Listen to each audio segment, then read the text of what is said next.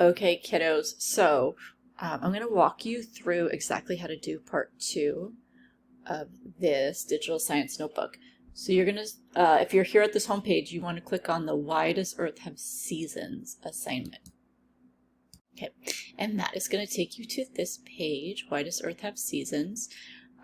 So scroll down. The first thing I'm going to have you do after you create your data table, which is what you did in part 1, scroll down to where it's this interactive right here, where it says to every season.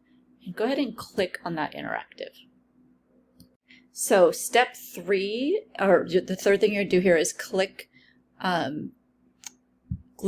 this introduction. Sorry, this is the second thing I have you do. Read this introduction. You can click this button to have it read out loud to you.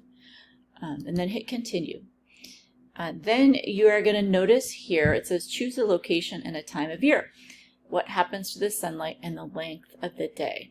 So here's a little toggle menu and it says choose a time of year. It's going to start at March. There's 4 options: March, June, September, and December. So that's like spring, summer, fall, winter.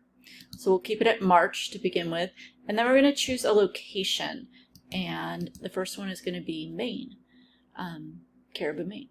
So we'll just keep it at that. And then you're going to go hit this play button right here. Okay. And you're going to notice that the Earth is traveling around the sun. And then it's going to give you some information here.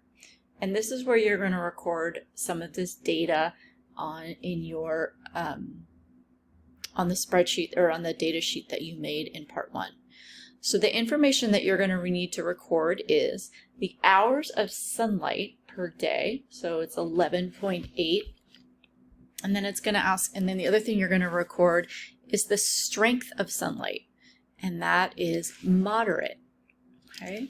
So where you would put that, remember you're in March and in Maine. So if you go to your data sheet, okay, so you're in your data sheet, and here again, you have made a copy of this, or if you want, you can recreate it in Google Docs, or if you want to just put text boxes right in here, you can do that too. You just have to insert text boxes. So I'm in March, and then it says hours of sunlight, and according to my the simulation, it was 11.8 hours of sunlight. And then the strength of sunlight was moderate. Okay.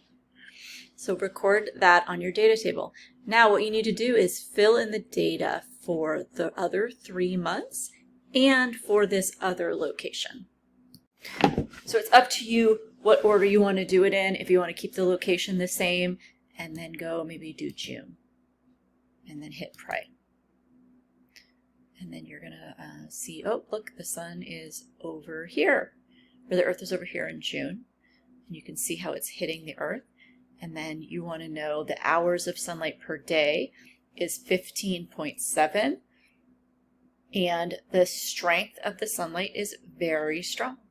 So you would go back into your data sheet.